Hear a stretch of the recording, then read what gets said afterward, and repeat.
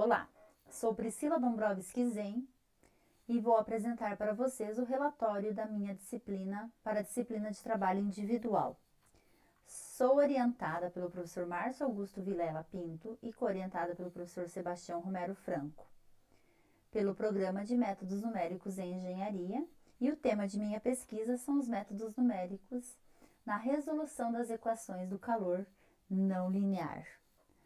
Meus últimos estudos se deram através do desenvolvimento da utilização de um sistema de equações não lineares, calor, para um problema de troca de temperatura em uma barra de silício fina e homogênea, onde tínhamos a presença de condições de contorno relaxantes. Para isso, usamos o método multigrid FAS com varredura waveform.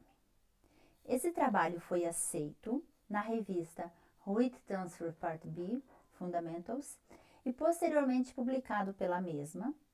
E aqui deixei para vocês o número do DOI para possíveis pesquisas acadêmicas.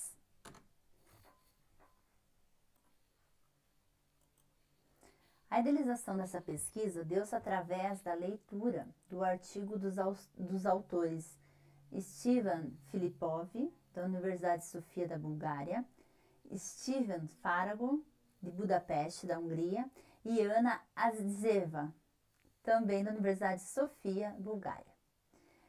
Neste vídeo, nessa apresentação, vou referir aos autores mencionados apenas por Filipov.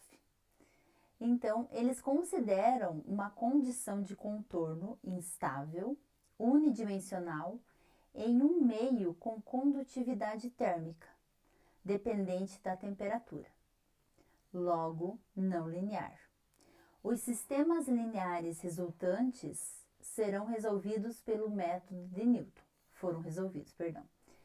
Nós, então, utilizamos os mesmos parâmetros físicos apresentados e utilizamos o método multigrid FAS com varredura waveform para resolver o problema. A versatilidade do método, então, foi aplicado a uma variedade de problemas. Por um exemplo, nós variamos as variáveis xi e kappa. O artigo do Filipov, ele tinha fixado esses valores. Nós fizemos a comparação com o dele e fizemos uma variação para ver o que nós encontrávamos de respostas, Esse dispositivo, essa barra de silício, ele é aplicado a uma gama de problemas, como a engenharia de dispositivos eletrônicos, e simulação numérica de nanosfluidos. Então, essa é uma barra de silício que ela também pode ser aplicada a chips, por um exemplo, de automóveis. Para isto, nós utilizamos o método das diferenças finitas, com diferenças centrais, CDS, para a discretização espacial, e o método de Crank-Nixon para a aproximação temporal. Método de Crank-Nixon, esse que é de ordem 2. Nós observamos a convergência da ordem aparente do erro de discretização tendendo para a ordem assintótica, independente das combinações de parâmetros físicos e numéricos que nós aplicamos. Como eu disse, nós fizemos uma variação maior do que apresentado pelo artigo que nos foi posto como exemplo.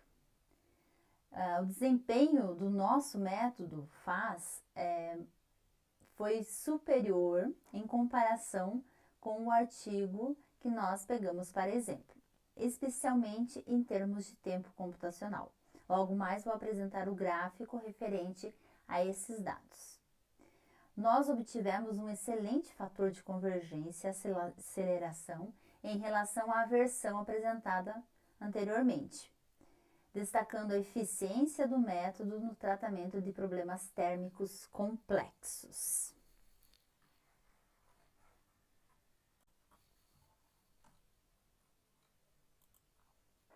A parte física do problema está representada pela figura, onde temos uma haste que está em contato térmico com um tanque cheio de líquido. o calor flui livremente através da superfície em ambas as direções. Além do contato térmico com o silício, o tanque é isolado termicamente. Existem duas tubulações no tanque. Assim, um líquido entra a uma temperatura TR e é bombeado para o tanque a uma taxa de fluxo constante. E outra tubulação, onde o líquido a temperatura T de T sai do tanque à mesma taxa de fluxo. Supomos assim que o líquido no tanque se misture durante todo este processo. Supomos também que a densidade e a capacidade térmica do líquido não variem de acordo com a temperatura. Assim, a equação diferencial parcial não linear transiente, que descreve a convecção do calor nessa barra de silício, é dada por essa equação, onde U de xt representa a temperatura em uma posição x em um instante t, enquanto ρ refere-se à densidade da barra de silício e Cp a capacidade térmica sob pressão constante, que em nossas simulações utilizaremos ela como constantes unitárias. A condutividade térmica do silício é dada por essa equação, onde K, 0 e Qi são respectivamente os parâmetros físicos, densidade do silício e capacidade térmica a uma pressão constante.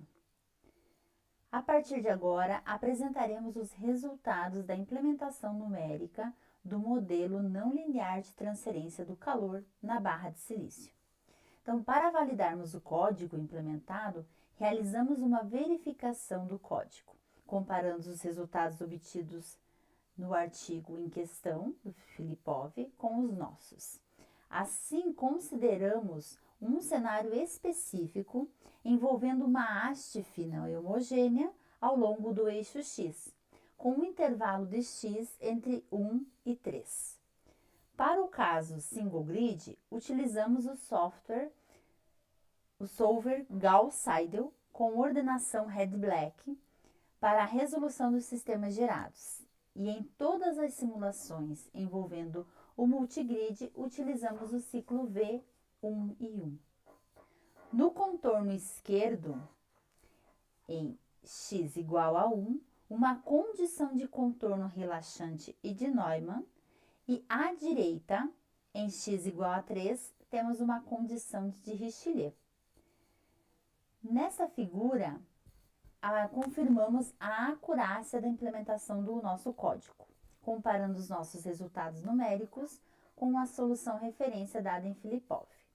Então, aqui nós temos a solução com o método multigrid, com o método single grid e a solução apresentada no artigo de Filipov.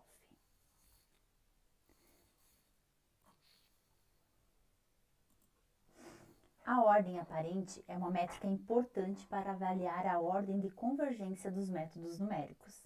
Em nosso estudo foi muito eficaz, pois não dispomos de solução analítica para analisarmos o comportamento do erro de discretização. E isso contribui para verificarmos a robustez da técnica. Consideramos as variáveis de interesse: temperatura média e a temperatura do ponto central do domínio. Observa-se que, independente das combinações de K e Qi, a ordem aparente converge para 2 à medida que a malha é refinada, o qual é validado, visto que utilizamos métodos de segunda ordem, tanto para a discretização espacial quanto para a discretização temporal. Avaliamos também o fator de convergência médio. E nesta figura, comparamos o número de incógnitas, n, e observamos que à medida em que a malha é refinada, o fator de convergência tende a valores próximos de zero. indicando robustência e eficiência do método utilizado nesse trabalho. A seguir, apresentaremos o tempo computacional em relação ao número de incógnitas. Ambos estão em escala bilogarítmica. Para os métodos single grid e no multigrid, variando os parâmetros de K0 e Ki. K0, 0,1 e 10 e Ki 0,5 e 2. Notavelmente, o método multigrid demonstra uma significativa vantagem em comparação ao método single grid. Por um exemplo, para capa 0,1 e Ki 0,5, parâmetros utilizados no artigo de referência, com 4.194.304 incógnitas, o método multigrid levou cerca de aproximadamente 4,4 segundos, está mais ou menos aqui, para atingir o critério de parada, que nesse caso utilizamos 10 na menos 12. Enquanto o single grid necessitou cerca de 8.200 segundos para realizar tal tarefa. A partir de agora, analisaremos então os demais trabalhos. A próxima análise se dará para o SPIDAP, métrica essa usada para medir o aumento da velocidade do algoritmo multigrid em relação ao single grid, dada essa pela razão entre o tempo de CPU do single grid e o tempo de CPU multigrid. Anteriormente, mostramos que para kappa igual a 0,1 e Ki 0,5, o tempo de CPU do multigrid é muito menor que o tempo de CPU para single grid. Logo, observamos que o SPIDAP, para este caso, foi de 1860, aproximadamente, o que significa que o método multigrid é 1860 vezes mais rápido que o método single grid. Se analisarmos outros parâmetros com a mesma quantidade de incógnitas, 10 elevado a sexta aproximadamente, vamos pegar este caso, capa 0,1 e Ki 2,0. Notamos uma significativa vantagem do método multigrid com o método single grid. E esse SPIDAP, ele chega na casa de 200.000, significando que o multigrid é 200.000 vezes mais rápido que o single grid em questão. Outra observação que podemos avaliar aqui é o comportamento crescente das curvas, propriedade essa altamente desejável.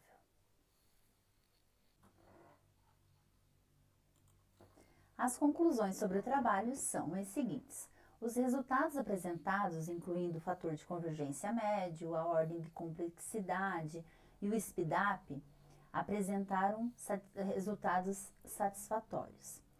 Eles demonstram, então, a eficiência e a robustez do método Faz Waveform para os casos analisados, e eles não apenas contribuem para o avanço do conhecimento em métodos numéricos na solução de problemas térmicos complexos, mas também eles possuem implicações em diversas áreas práticas.